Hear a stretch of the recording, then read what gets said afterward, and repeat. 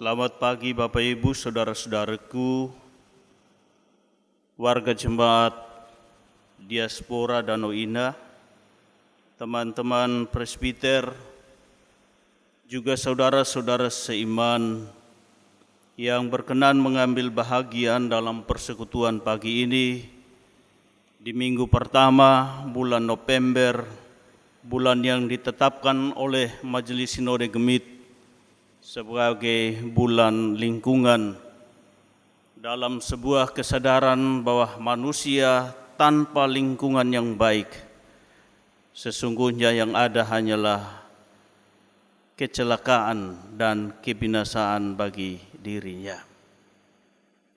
Sukacita karena Tuhan mempertemukan kita dalam keadaan sehat dan selamat. Kita ada di dalam bait-Nya yang kudus, karena menyadari perjalanan satu usbu kehidupan yang kita lewati itu bukan karena kita hebat. Itu bukan karena kita mampu, tapi ada tangan Tuhan yang senantiasa menuntun menyertai kehidupan kita. Kita mengalami hal-hal yang menyukakan hati, tetapi juga tidak sedikit pergumulan dan tantangan, kesukaran dan kesulitan, tapi ada jalan keluar yang Tuhan sediakan. Karena itu layak dan pantas kita ada di hadirat Allah untuk menaikkan syukur sembah kita, karena Dia baik, teramat baik bagi kita. Bapak, Mama, saudara-saudaraku yang saya kasihi dalam kasih Tuhan, kisah tentang penciptaan Allah sejak hari pertama sampai hari yang ke-6 yang kita baca dalam ayat 6 sampai 25 merupakan segala sesuatu yang terjadi dan yang ada di dalam alam ciptaan Tuhan ini punya sebab akibatnya, punya hubungan yang saling mempengaruhi. Dalam bahasa biologi itu mutualisme, apa? Ada yang kuliah biologi kok?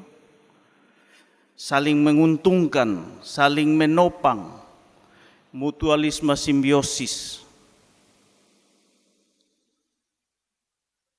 Saling menopang satu dengan yang lain. Karena itu, jika ada yang rusak atau hilang, maka kehidupan kita pun akan terancam. Kita akan terganggu. Dan untuk menjaga, untuk memelihara agar semua ciptaan yang saling mempengaruhi ini, saling bergantung ini, berjalan dengan baik, dan saling memberikan kontribusi-kontribusi yang positif, sumbangan-sumbangan yang baik untuk keutuhan ciptaan. Maka di akhir dari penciptaan itu Allah menciptakan manusia sebagai ciptaan yang spesial, sebagai ciptaan yang unik, yang lain daripada yang lain dibandingkan dengan ciptaan lainnya. Keunikan tersebut terungkap melalui kata diciptakan menurut gambar Allah, segambar dengan Allah, serupa dengan Allah. Tentu bukan sekedar serupa dalam bentuk wajah, penampilan fisik, tapi lebih dalam daripada itu. Sekali lagi, gambar Allah di sini bukanlah diartikan secara harafiah bahwa rupa dan wajah manusia itu seperti rupa dan wajah Allah, melainkan memiliki arti bahwa manusia yang Allah ciptakan itu di dalam dirinya, jiwanya, ditaruh Allah sifat yang juga dimiliki oleh Allah. Sifat kasih, memelihara, menjaga, merawat keutuhan ciptaan Allah yang berguna baginya dan bagi semua makhluk hidup yang telah Tuhan ciptakan. Karena itu Bapak Ibu saudara-saudaraku, jika manusia sebagai orang yang mendapat mandat, orang yang mendapat kuasa untuk memelihara ciptaan lainnya, tetapi gagal atau lalai untuk menjaganya, saya pikir dampaknya bukan hanya bagi alam, tetapi juga dampaknya bagi kita. Dampak bagi kita juga. Bagian pengantar ibadah kita mengatakan demikian. Contoh-contoh yang paling sederhana, ketika kita bisa menjaga pohon tetap ada dalam hidup dan lingkungan kita, saya pikir yang mengecap kebaikan dari pohon itu siapa? Pasti kita. Ketika panas kita bernaung, ada kesejukan, ada suasana yang lain. Ketika pohon tetap ada, maka manusia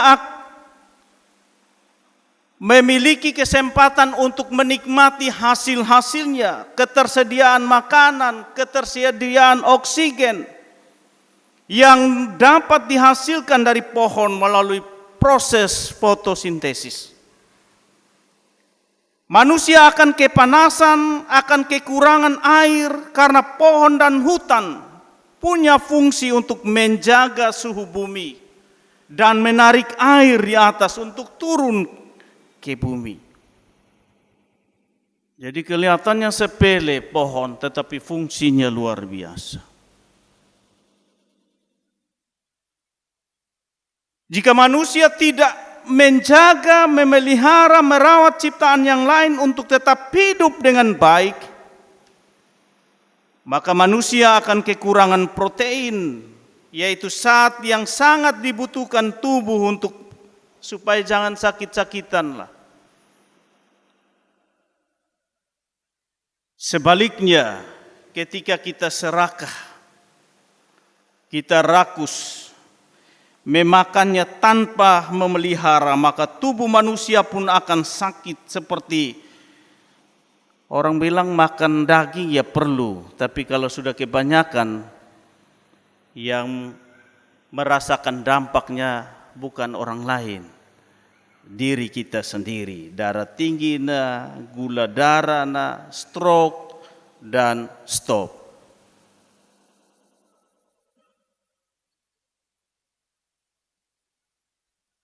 Manusia sebagai gambar Allah itu juga berarti bahwa manusia mesti memiliki relasi yang khusus, relasi yang istimewa dengan Allah sebagai sumber dari segala sesuatu, di mana ia berhubungan dengan Allah untuk mengetahui maksud dan kehendak Allah sebagai pedoman dalam menjalankan tanggung jawabnya sebagai pengemban mandat kuasa dalam memelihara keutuhan ciptaan Allah.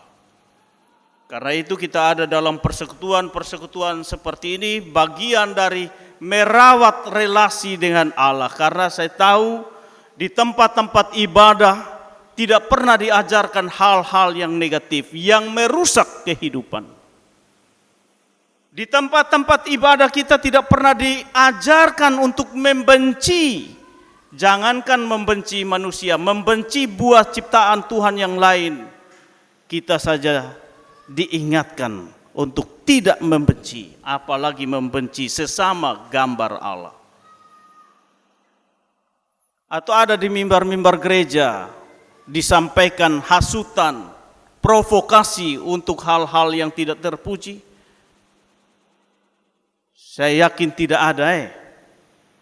Tidak pernah ada dari mimbar-mimbar gereja untuk menghasut, untuk memprovokasi, melakukan tindakan-tindakan yang tidak terpuji.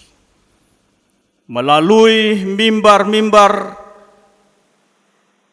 seperti ini dan mimbar-mimbar dalam persekutuan-persekutuan di rumah tangga, persekutuan pemuda, perempuan, kaum bapak dan anak-anak selalu disampaikan apa yang menjadi kehendak Allah untuk merawat, memelihara kehidupan, untuk mencintai buah ciptaan Tuhan, untuk mencintai sesama.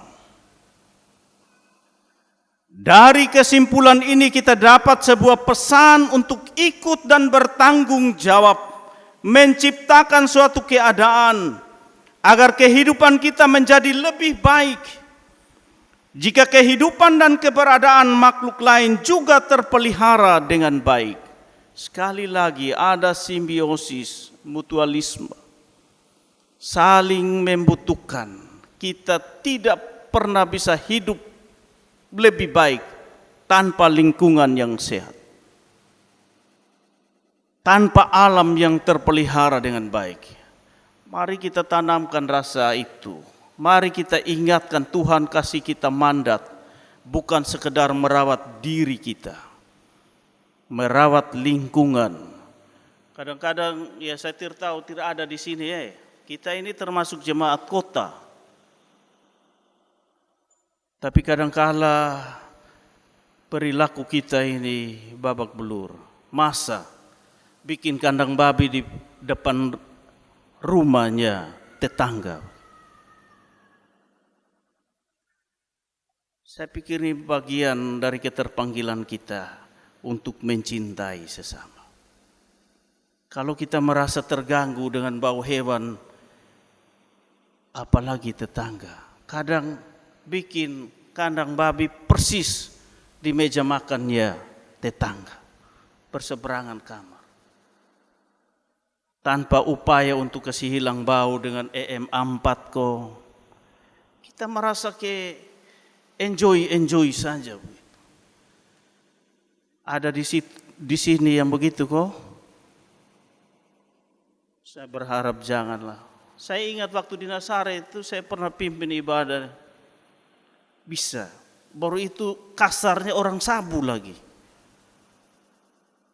Orang sabu bikin orang sabu. Kita jemaat kota. Kalau kita merasa terganggu orang bikin kandang babi di kita pun depan rumah, apalagi kalau kau bikin begitu. Kalau tuh terpaksa buat ya cari upaya untuk menghilangkan bau-bau yang tidak perlu itu. Saya berharap di diaspora tidak karena saya ikut perhadapan tanggal 4 ini jemaat dari berbagai suku. Kita betul-betul diaspora. Bukan sekedar itu, ini jemaat para intelektual.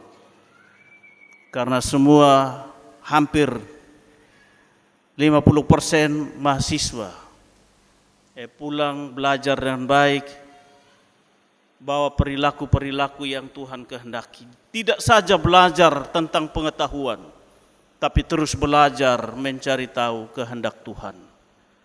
Kehendak Tuhan tidak lain merawat ciptaan, memelihara relasi dengan Dia sebagai sumber kehidupan. Karena itu Bapak Ibu saudara-saudaraku, sebuah perenungan penting mesti kita ingat agar kita tidak bertindak semena-mena, suka-suka kita. Kok ini buat di bepun tanah sendiri kok. Kadang-kadang kita sombongnya begitu. Kok buat di bepun tanah sendiri kok.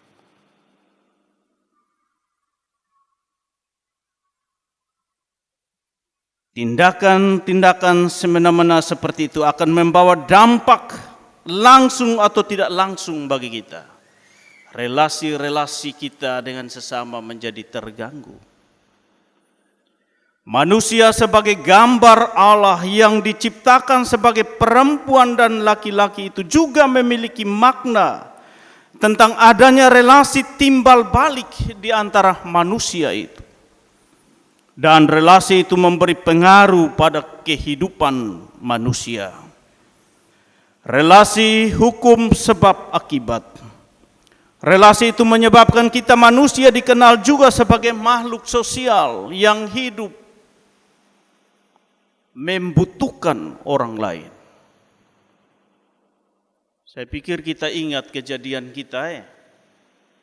Kita ada, Tuhan tanam, Tuhan kasih lewat rahim mama kita. Ada pemberian diri dari seorang ibu. 9 bulan dia pikul kita tanpa malu-malu. Bahkan ketika sudah lahir dia menyusui kita juga. Ketika kita lapar tanpa memandang tempat. Kita hidup karena kita berada di antara orang lain. Bahkan kita hidup karena pemberian diri dari Allah melalui orang lain. Pertama-tama melalui pemberian diri ibu kita, mama kita. Jadi kalau ada anak yang tega menyakiti hati mamanya, aduh, lupa kok, lu Tuhan titip lewat sapapung rahim.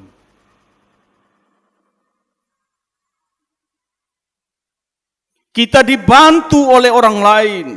Kita ingat bagaimana kejadian kita sekali lagi sejak dalam rahim ibu.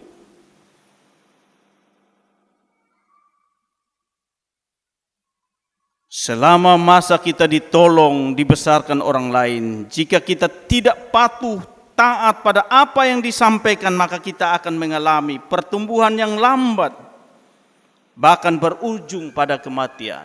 Ada peran orang lain, tetapi juga ada kesediaan kita untuk mendengar. Ketika kita sudah mengerti, ibu suruh makan, nah makan, ibu suruh belajar, belajar. Saya pikir mahasiswa-mahasiswa tolonglah. Ada di tempat kuliah, ada pemberian diri dari orang tua. Mungkin mereka tidak makan hanya karena ingat biaya kuliah kita. Karena itu kalau datang kuliah betul-betul supaya bisa pulang bawa hasil. Mungkin keberhasilan kalian tidak dikecap oleh bapa dan mama. Karena pemberian diri mereka tulus. Apalagi Allah sumber segala sesuatu. Dia menciptakan, dia menyediakan segala sesuatu untuk kebaikan kita. Dia memberi hukum-hukum, pedoman dan firman-Nya untuk kebaikan kita. Tatkala kita belajar taat kepada kehendak-Nya, kita sementara merancang masa depan yang berkemenangan.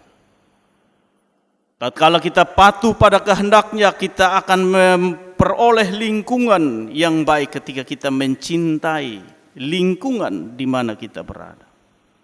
Sekali lagi, kita tidak saja dipanggil untuk memperhatikan perkara-perkara jasmania, tapi juga memperhatikan perkara-perkara rohani. Membangun relasi dengan Dia, sumber kehidupan, masa depan, dan berkat. Tatkala manusia salah menerapkan hukum Tuhan, ia akan kehilangan kesempatan untuk diberkati dan diselamatkan. Ketika manusia meninggalkan Allah, meninggalkan tanggung jawab yang sudah ia terima dari Allah, maka akan ada banyak sekali cobaan yang ia temui dalam hidupnya. Membelakangi Allah dan hukum-hukumnya berujung kepada kecelakaan diri. Tetapi terus merawat hubungan, memandang kepada Dia dan mencari kehendak-Nya, kita menyiapkan dan menikmati kehidupan yang berkemenangan. Mari merawat lingkungan, tetapi juga merawat relasi dengan Dia, Allah dalam Kristus.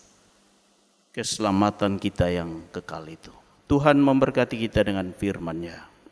Amin.